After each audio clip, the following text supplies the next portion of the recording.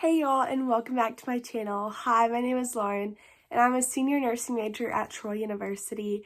I just finished up my 4th semester of nursing school, and after each semester I like to do a semester recap and a video about all of the tips that my classmates have suggested for that semester. This is going to be my 4th semester of nursing school nursing recap. It's been a crazy semester. I'm so glad it's over, but I'm so excited to see what 5th semester has in store. So I'll just kind of go over my personal opinions on each of the classes and how I studied for them. And then in my tips video, which will be posted next week, I will go over all of the things that my classmates suggest to do, so it is not biased. First up, I'm going to start with research. Research was a class that was 2 hours long, and it wasn't very difficult in my opinion. Basically, all you have to do was go to class, pay attention. She posted recorded lectures that you were supposed to watch before class. I was really good at making sure that I watched all of them towards the beginning of the semester, and then sometimes I would forget towards the end. But they're really helpful if you can go through and make notes, and then you can relate that to whatever she's going over in class. And also the book, going through using that for study guides. She gives study guides for each exam. I, if I'm being honest, didn't put that much effort into research for the unit exams. There are 2 unit exams, and what I did was I probably studied 2 days before those unit research exams, sometimes just a day before, which isn't anything crazy for me. And then I did put a lot of work into our article critique and our poster project, and so those both have the majority of the percentage of where your grade comes from in the class. So the poster project is based off of the article critique. So you're put in a group, and normally at the end of the semester, you do a poster presentation in person with a poster. So basically, all semester, we spent going through, and we picked an article based on our topic within our groups, and we went through and we critiqued that article. And there are a lot of specifics about it. If I could give any advice on that, ask questions if you don't know. But if you sit down and say, oh, I'm really going to finish this part, there are like 10 parts to it. So if you sit down and say, I'm going to finish 2 parts today, it'll go by really fast. And just making sure that you are ahead of that, because if you get behind and then you're rushing to do it, and then you'll easily lose points just for tiny errors that if you would have given yourself plenty of time, you wouldn't have made. And so after we critiqued our article, then we put all of that information into one big poster presentation, and we had to do a practice run through with our groups, and then we presented it. We presented ours virtually through a Zoom meeting, and basically each of us kind of divided up what we were going to talk about. And yeah, so it wasn't very difficult, but some of the things were a little bit time consuming, and it was really cool to be able to put the stuff that we learned into action, you know, learning different research designs and stuff like that, being able to put that into our final project. So we did have a final exam in there based on those unit exams, but I studied the study guide and that was it, and I made really well on it. So I would not suggest, other than using the book and making sure you study the study guide she posts, I think that you will do really well in that class as long as you meet your deadlines. Alrighty, moving right on along into our core classes. So now I'm going to go over critical care, or complex nursing, which is what it was called, but we just called it critical care. So basically this is like your intensive care units. We went through and we learned all of the body systems again, which was really cool because we were able to learn them in depth and kind of what the body does whenever it has such severe damage. And so that was really cool, going through each of the systems again, just because learning them over Adult Health 1 and 2 was kind of really spread out. So then going over and being able to see those again, I really enjoyed the class, how it was set up, because it was lecture for 2 weeks and then an exam, lecture for 2 weeks and then an exam. So it was very structured, which is right up my alley. And basically I would go through and I would listened to any videos that she suggested to study for her exams, going through and making sure that I looked back over my notes, and I would go through and rewrite my notes for her class. Especially things I knew I wasn't really good at throughout adult health, I went through and I made sure to cover hard. For some reason, my brain does not like the renal system at all. And also, for some reason, ventilators are really difficult for me. My worst test was our cardiac test. Even though I think the heart is really cool and awesome, I just really struggled with that, but I really loved critical care. The final was very difficult in my opinion, but I spent so much time studying for peds that I really did not give a ton of time, considering that it was a final, to my critical care final, but I was really, really studying hard for peds, and so that's kind of where I went back. If I could give any piece of advice for critical care, it would just be engaged, ask questions. There are some things that are really hard to understand just because the body is so detailed.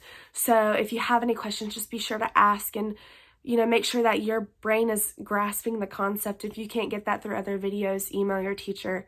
It was just so amazing. I loved learning about the critical care aspect of nursing.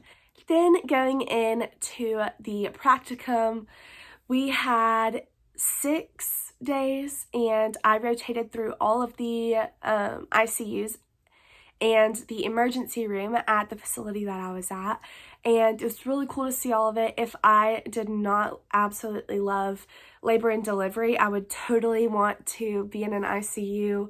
It's not necessarily my dream to be in the ICU. It's definitely not my dream to be in the ER, but it's still something that I could see myself thriving in and flourishing in. So basically, if I could give you any piece of advice, although doing the shift-to-shift reports that we had to do were so amazing, it really helped, during shift change, being able to see how that's going to work whenever you're actually in the real world and you're taking shift from your nurse who's going off duty. I really enjoyed that aspect, and getting to see more of the critical side of things. A lot of your patients have, a lot of my patients had respiratory issues, going through and doing my paperwork on that, but then just being able to just take that all in was really, really amazing. And I got to see the nurses that I want to be just like, and nurses that I don't necessarily want to be like, and that's okay, because you're going to have to work with those people, you're going to have to be around those people. But yeah, so another thing that I would suggest is take advantage of all the skills that you can, and make sure that you just soak everything up. This was our first semester where we got paired one-on-one with a nurse, and I learned so much by being paired up with a nurse, and I got to do so much. And there was one day where I was on an entire unit by myself. Usually they would send 2 students to one unit, and there was one where I was all by myself and nobody knew who was going to take the student. So basically I was just there, and anytime somebody needed help or anything, or had something that they thought I could do, then they pulled me in. So I got to go to many different patients and help in so many different ways, and it was so awesome. And I really enjoyed that. And so take in all that you can, whether it just be learning about lab values or anything. Just watch as many videos as you can, take as many pieces of advice as you can, and just really soak all of that up. We also had a evidence-based practice project that we did as a clinical group for that class, and we actually did ours on a respiratory disease just because we saw so much of it in the hospitals. So that's what we did ours on. We also had an Acls certification that we did that was required, and that actually counted for our CPR certification. So that was really cool as well. Overall, I really enjoyed critical care, and I just, from this like second week of class, I was just sitting there and I was just so in awe of everything. And I think that the body is just so amazing. And when you really look at it, it all works together so perfectly. And sometimes it's not even working well and it's still, everything is just going together. So I really enjoyed that part, and I got to see a lot, all the good stuff and all the bad stuff. And I really, really enjoyed critical care, and I hope that you do too.